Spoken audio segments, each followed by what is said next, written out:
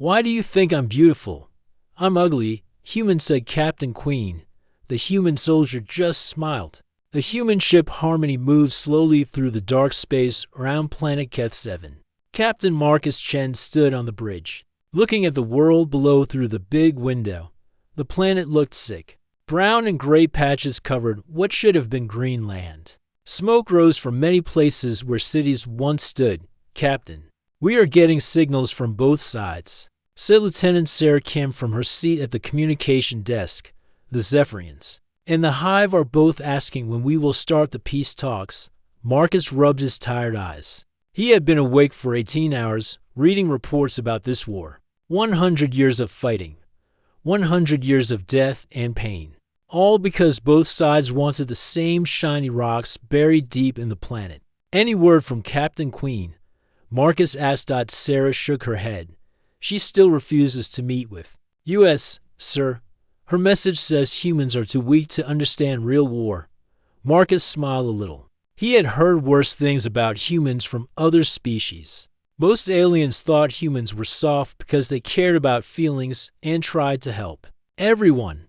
They did not understand that caring made humans strong, not weak. Sir, incoming message from the planet's surface, called out Ensign Rodriguez from his station. It's from the Hive Queen. Put it on screen, Marcus said. The main screen flickered, and then showed a strange sight.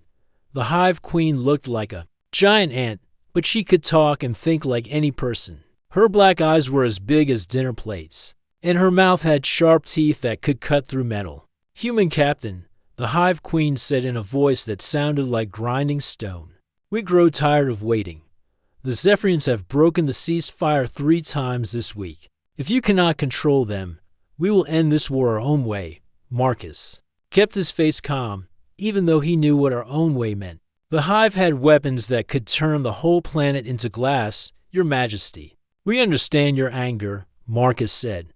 But Captain Queen has good reasons for being careful. She has been fighting this war longer than anyone. Maybe she knows something we don't. The Hive Queen's big eyes stared at Marcus for a long moment. The scarred one? She is no longer fit to lead. Her own people have thrown her away like broken trash. Why do you humans care what she thinks? The screen went black before Marcus could answer. He turned to Sarah. Get me all the files on Captain Queen, everything we have. 20 minutes later, Marcus sat in his small office reading about the most famous Zephyrian warrior in the galaxy. Captain Queen had once been called Captain Zaraketh, which meant bright star in her language. She had led the Zephyrian fleet to victory in 12 major battles. She was known for being smart, brave, and deadly. But that was before the Battle of Serenity Station. Marcus read the report twice to make sure he understood it right. 3 years ago, a Hive attack ship had gotten past all defenses and was heading straight for a space station. Full of Zephyrian families, the station had 20,000 people on it, including many children. Captain Queen had been ordered to protect the Zephyrian fleet and let the station die. Instead, she took her ship straight into the path of the Hive weapon. The attack destroyed most of her ship and hurt her very badly. But it saved all those families. After that day, she looked different. The acid from Hive weapons had burned her shell and face. She lost one of her long antennas. Her people, who believed that physical beauty showed inner worth, saw her scars as shame. They took away her command and sent her to fight on this forgotten planet. She saved 20,000 lives, Marcus said to himself, and they punished her for it. A soft knock came at his door. Come in, he called. Sarah entered with a worried look on her face. Sir, we just got a message from Captain Queen. She says she will meet with us, but only because her commanders ordered her to. She wants to meet in the old mining station in the neutral zone. Marcus stood up and put on his jacket. How many people are we taking? Just you and me, sir. She was very clear that she doesn't want to see a lot of humans at once. The mining station had been empty for 5 years. The walls were covered with dust, and most of the lights didn't work anymore. Marcus and Sarah waited in the main room, sitting at an old metal table. When Captain Queen walked in, Marcus tried not to show any surprise on his face. She was tall, maybe 7 feet, with a body that looked like it was made from green and brown armor. But the left side of her face and neck showed the damage from the acid attack. Her shell was rough and pitted where it should have been smooth. One antenna was completely gone, and the other was shorter than it should be. She moved carefully, like someone who was in pain but didn't want others to know it. "I'm Captain Queen," she said in perfect English. Her voice was deep and strong. "You are the human who thinks he can stop a 100-year war with pretty words." Marcus stood up and nodded respectfully. "I am Captain Marcus Chen. Thank you for agreeing to meet with us." Captain Queen sat down across from them. Her one good antenna moved slightly as she studied the humans. "My commanders say I must listen to your peace plan. They think maybe you humans are useful idiots who can convince the Hive to give us better terms." "And what do you think?" Marcus asked. Captain Queen was quiet for a moment. Then she said, "I think you will be dead within a week. This planet kills everything that tries to help it." Sarah leaned forward. "Captain Queen, we've read about your service record. We know what you did at Serenity Station. That was incredibly brave." Something changed in Captain Queen's face. She looked angry and sad at the same time. "Brave? Your files do not tell you everything. Human, look at me." She pointed to her scarred face. "Do I look like a hero to you? My own people cross the street. When they see me coming, children run away crying. I'm ugly and broken and useless." Marcus looked right into her eyes and said quietly, "I think you're beautiful." Captain Queen stared at him like he had said something crazy. The room became very quiet. Even the old station's machines seemed to stop humming. "What did you say?" Captain Queen asked. Marcus smiled gently. "I said I think you're beautiful. Those scars show that you chose to save others instead of saving yourself. That makes you beautiful." Captain Queen stood up fast, her chair falling backward. "Why do you think I'm beautiful? I'm ugly, human." Marcus just kept smiling that same gentle smile. And Captain Queen felt something she had not felt in 3 years. She felt confused, but not in a bad way. She felt like maybe the strange human saw something in her that she had forgotten was there. Captain Queen stood frozen for 10 long seconds. Her one good antenna twitched as she tried to understand what the human had just said. No one had called her beautiful in 3 years. Not since the acid had burned away half her face and left her looking like a broken warrior. "You are lying," she said finally, her voice shaking a little. "Humans lie to make others feel better. I have read about your species." Marcus stayed sitting in his chair. He kept his voice calm and gentle. "Captain Queen, when humans lie to make someone feel better, we call them white lies. But this isn't a lie at all. I really do think you're beautiful." Sarah watched carefully as Captain Queen began to pace around the small room. The Zephyrian's heavy footsteps echoed in the empty mining station. Her damaged antenna kept moving back and forth, which Sarah knew meant she was thinking hard about something. "Explain," Captain Queen said, stopping in front of Marcus. "Explain how this ugly, broken thing can be beautiful to anyone." Marcus stood up slowly, being careful not to make any quick moves. He had learned that hurt people sometimes saw kindness as a trap. "Captain Queen, may I ask you something first?" Marcus said. "When you look at your scars, what do you see?" Captain Queen touched the rough, damaged part of her face with one clawed hand. "I see failure. I see shame. I see proof that the gods have turned away from me." In Zephyrian culture, physical beauty shows that a person has inner worth. Ugly means worthless. Marcus nodded. "I understand, but humans see things differently. When I look at your scars, I see the moment you chose to save 20,000 innocent people. I see someone who put others before herself. I see strength and courage. But I am hideous now," Captain Queen said, her voice getting louder. "My own soldiers cannot look at me without disgust. My family has removed my name from their house records. How can you call this beautiful?" Sarah spoke up for the first time since the conversation began. "Captain Queen, humans have a saying, beauty is in the eye of the beholder. It means that different people see beauty in different ways." Marcus walked over to one of the dusty windows and looked out at the scarred planet below. "On my home world, we have old soldiers who carry scars from protecting others. Children ask to hear their stories. People respect them more, not less. We believe that true beauty comes from what a person does, not how they look. Captain Queen sat down heavily in her chair. Her antenna drooped as she tried to process this strange human idea. This makes no sense. How can a species survive if they do not value physical perfection? The strong should lead, and the weak should follow. This is the natural way, is it? Marcus asked, turning back to face her. Captain Queen, you were physically perfect once. Did that make you a better leader than you are now?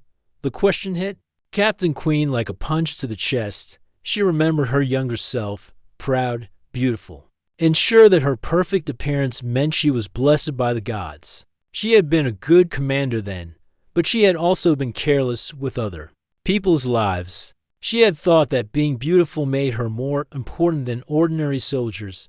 I was different then, she admitted quietly. I cared more about winning glory than protecting my people. Marcus sat down across from her again.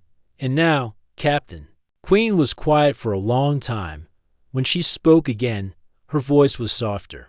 Now I think about every life under my command. I think about their families. I think about who will cry if they don't come home. She looked up at Marcus. Is that what you mean? That my scars changed me in a good way? Exactly. Marcus said with a warm smile. You became more beautiful on the inside when you learned to truly care about others. The scars on the outside just remind everyone of the moment you chose love over fear.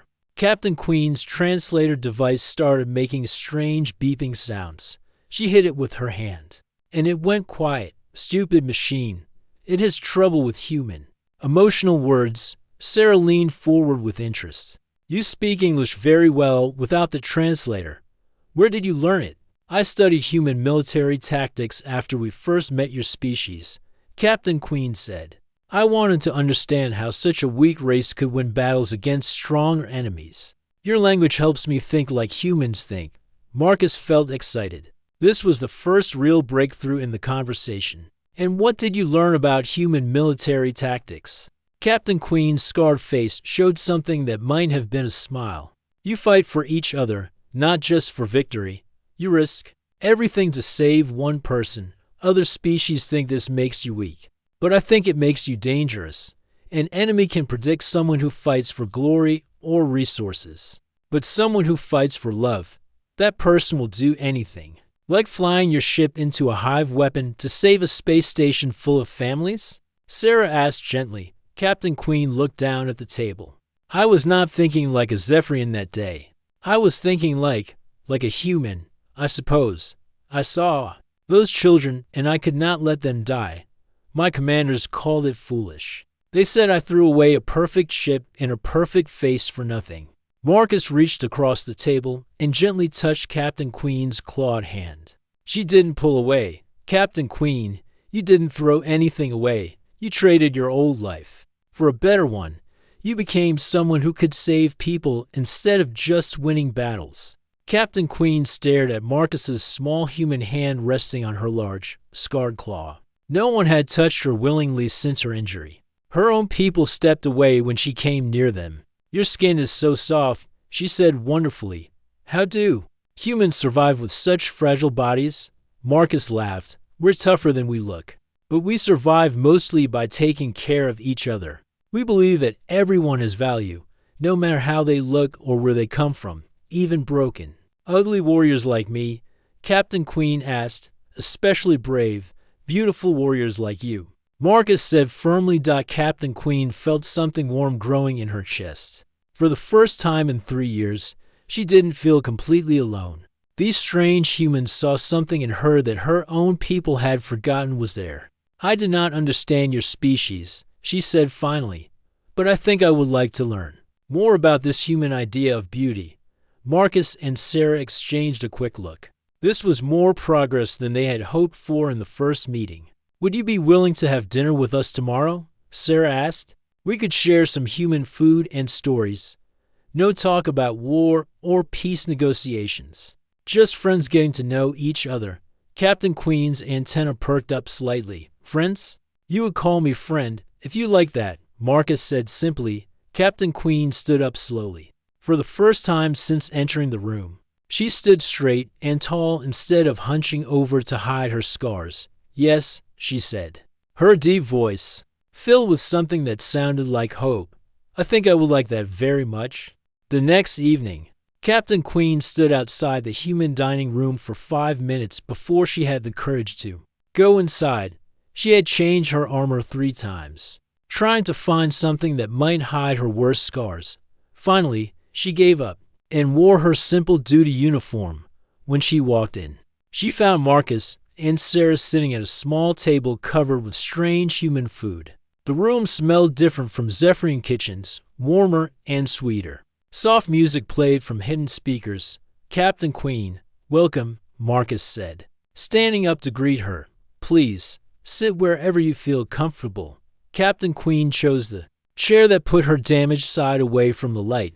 Old habits were hard to break. "This food smells interesting," she said, looking at the colorful dishes on the table.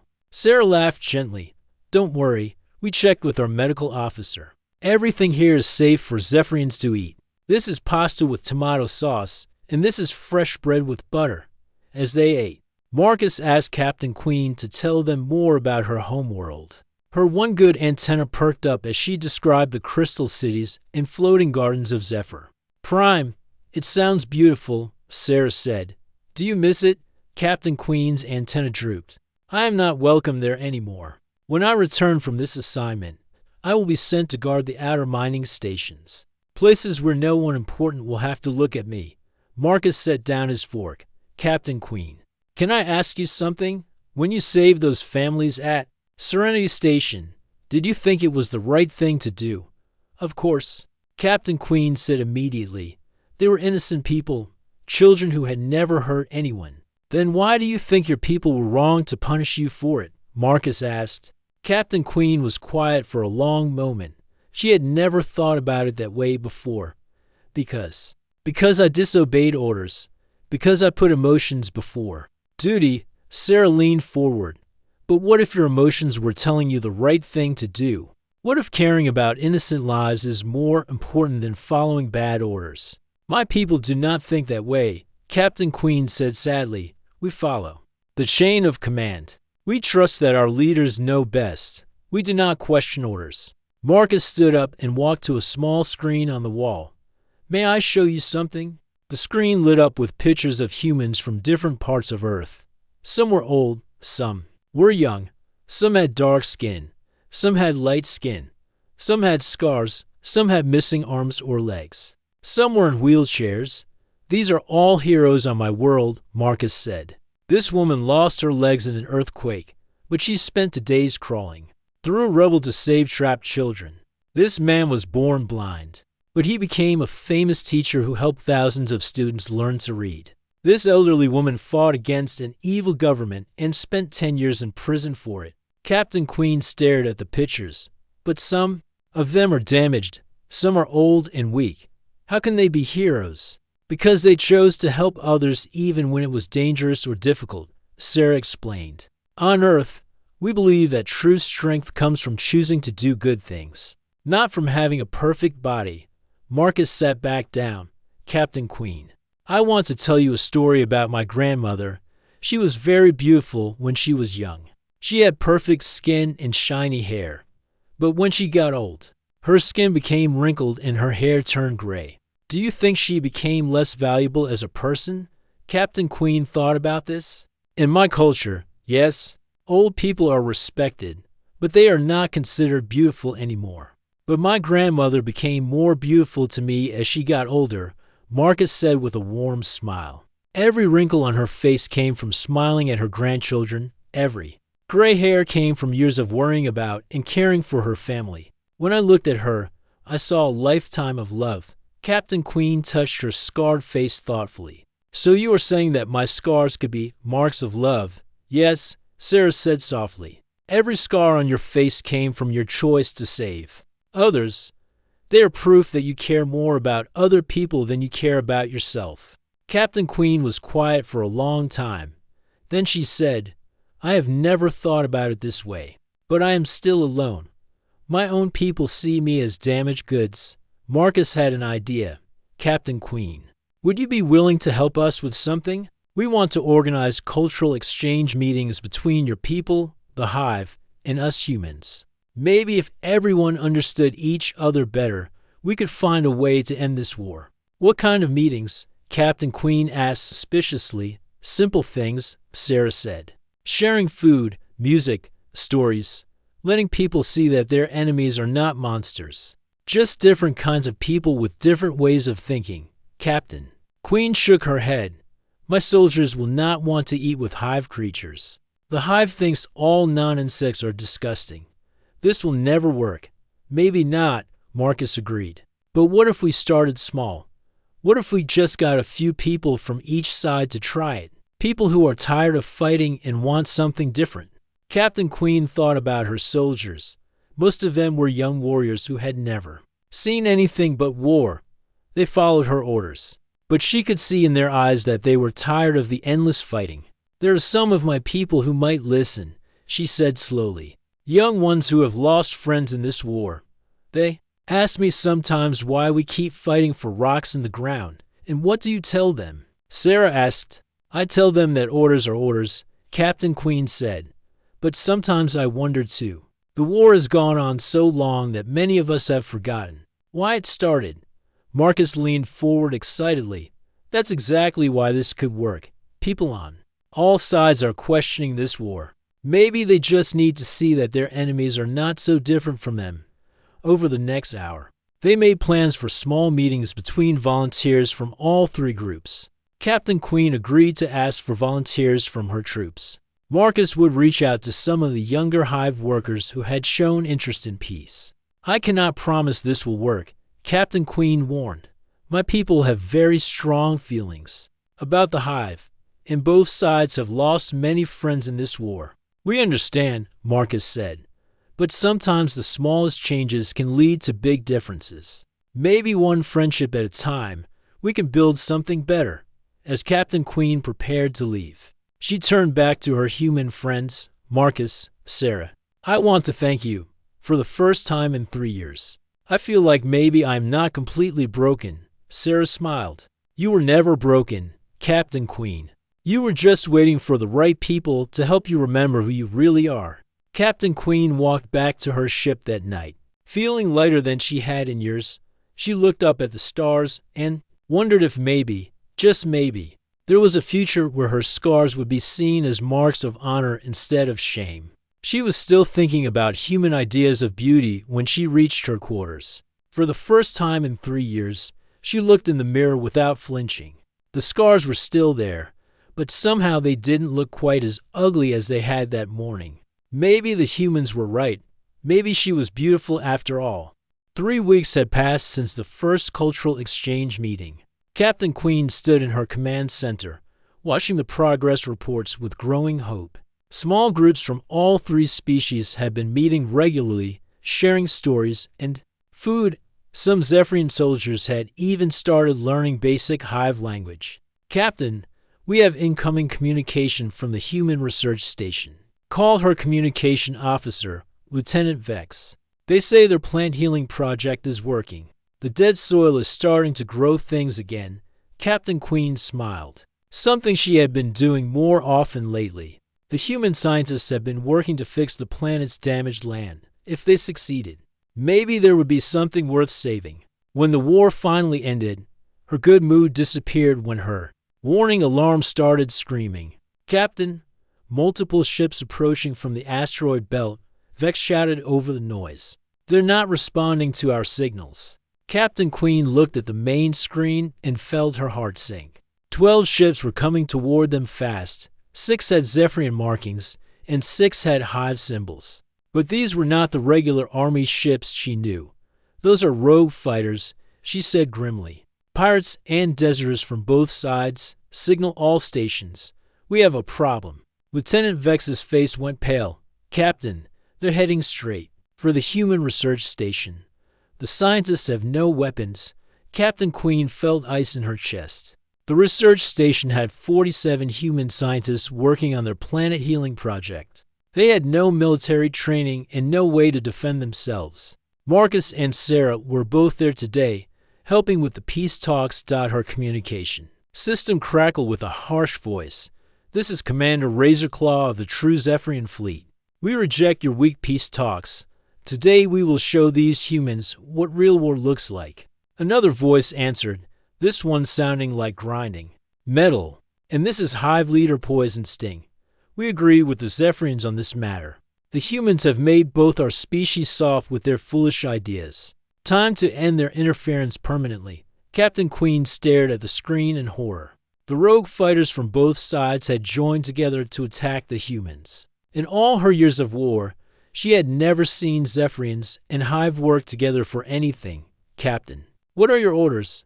Lieutenant Vex asked. Captain Queen looked around her command center. Her crew was waiting for her decision. She had 12 soldiers and 1 old warship.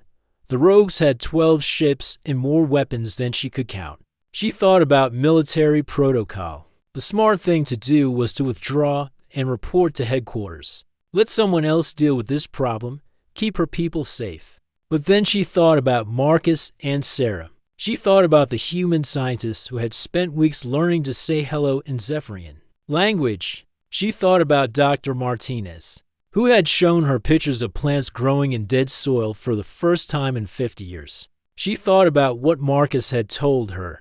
True strength comes from choosing to do good things, not from having a perfect body.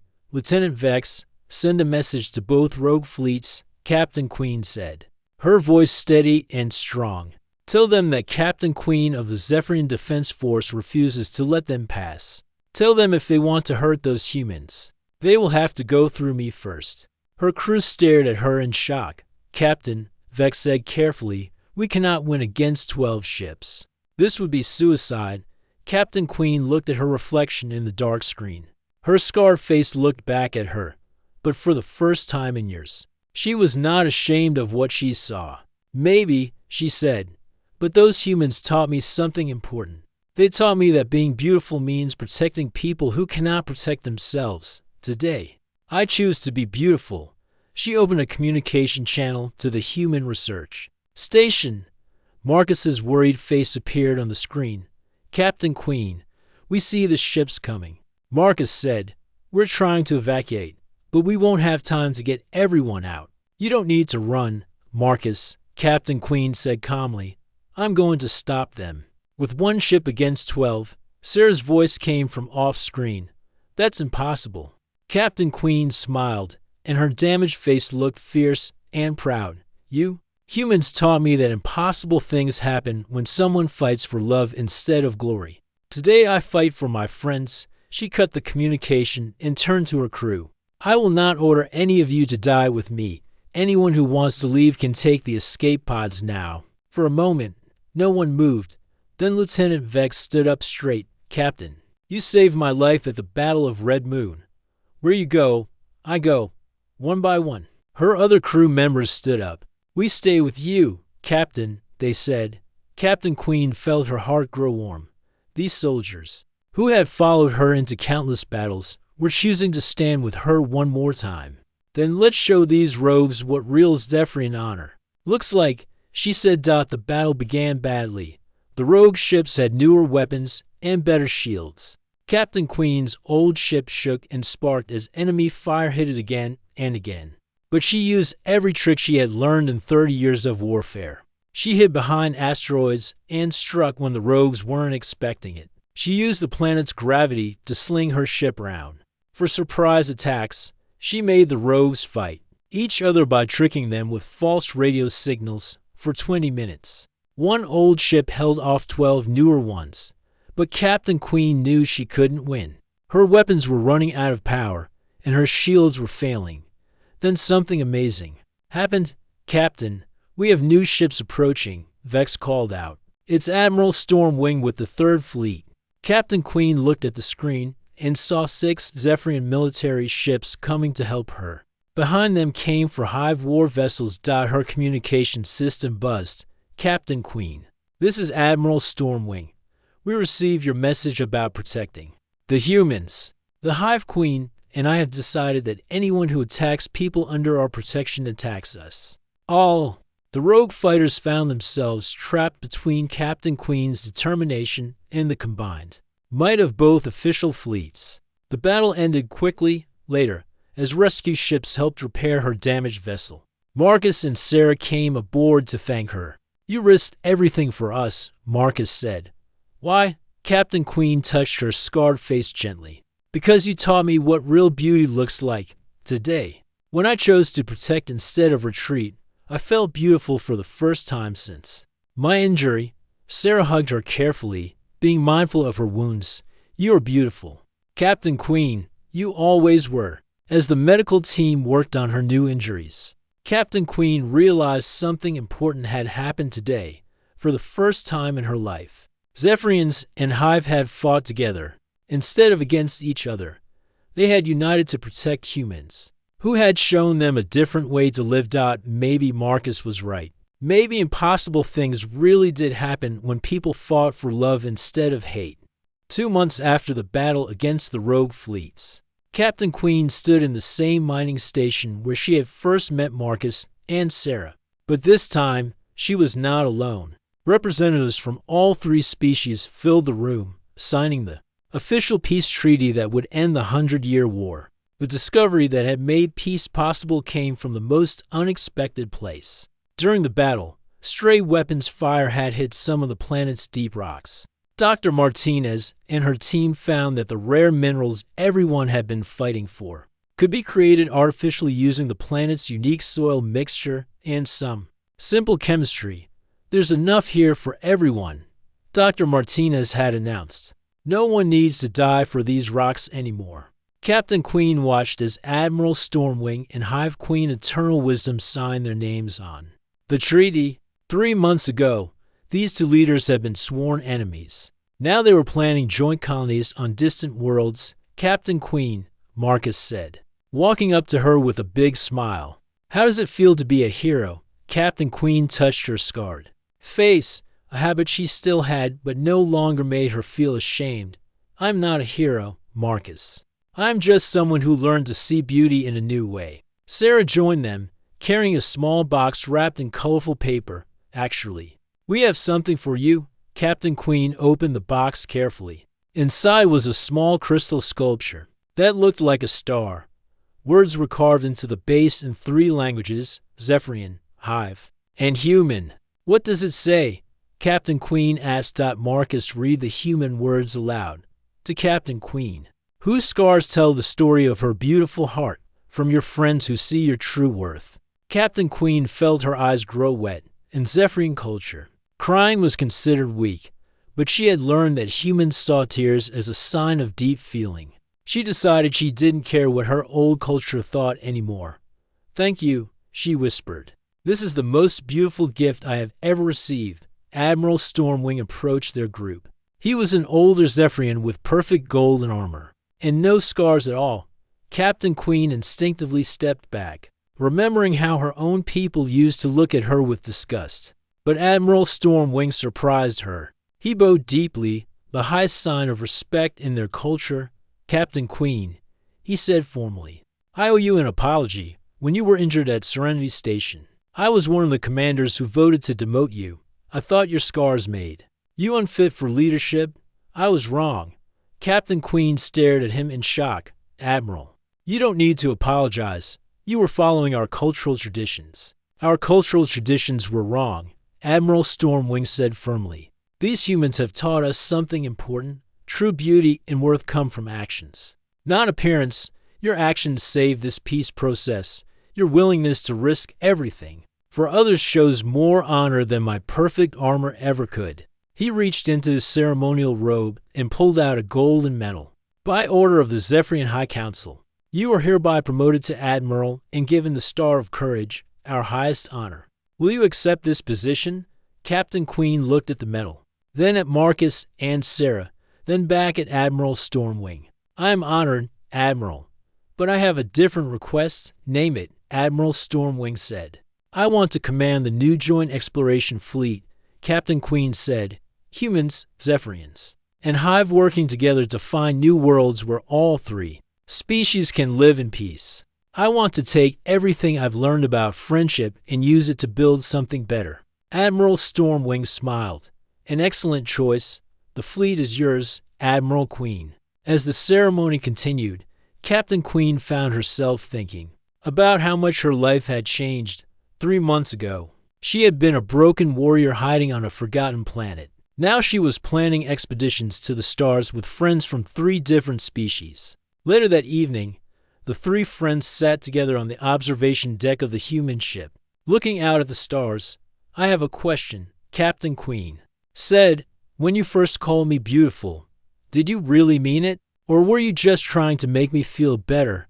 Marcus thought for a moment before answering. "I meant it completely. But I think you need to understand something, Captain Queen. You became even more beautiful as I got to know you better." "How?" she asked. Sarah leaned forward. "Beauty isn't just about one moment or one action. It's about who you choose to be. Every day, you could have stayed bitter and angry about your injuries. Instead, you chose to learn and grow and help others. That choice makes you beautiful." Captain Queen nodded slowly. "So beauty is a decision, sometimes," Marcus said. "You can decide to be kind instead of cruel. You can decide to protect instead of destroy.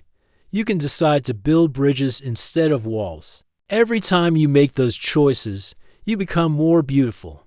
Captain Queen stood up and walked to the large window. Her reflection looked back at her, scars and all. But this time, she saw something different in the mirror. She saw someone who had saved 20,000 families. She saw someone who had risked everything for friendship. She saw someone who had helped end a 100-year war. "I think I understand now," she said quietly. "These scars don't make me ugly. They make me unique. They tell my story exactly," Sarah said, joining her at the window. "And it's a beautiful story." 6 months later, Admiral Queen stood on the bridge of the exploration ship New Harmony. Her crew included humans, Zephyrians, and even some Hive volunteers. Together, they had discovered 3 new planets suitable for colonization. Her communication officer, Lieutenant Vex, who had chosen to follow her to the exploration fleet, called out from his station, "Admiral, we're receiving a message from the colony on New Eden. They want to name their first city after you." Admiral Queen smiled. "Tell them I'm honored, but I have a better idea. Tell them to call it Friendship City." That's what made all of this possible. As the ship jumped to hyperspace, heading toward another undiscovered world, Admiral Queen touched her scarred face one more time. But now the gesture was different. It wasn't shame or sadness. It was pride. She was beautiful, inside and out, and she finally knew it. Marcus had been right from the very beginning. True beauty came from the heart, from the choices people made, from the love they showed to others. Her scars were just proof that she had chosen love over fear, others over herself, hope over despair. And in a universe full of wonders waiting to be discovered, that was the most beautiful thing of all.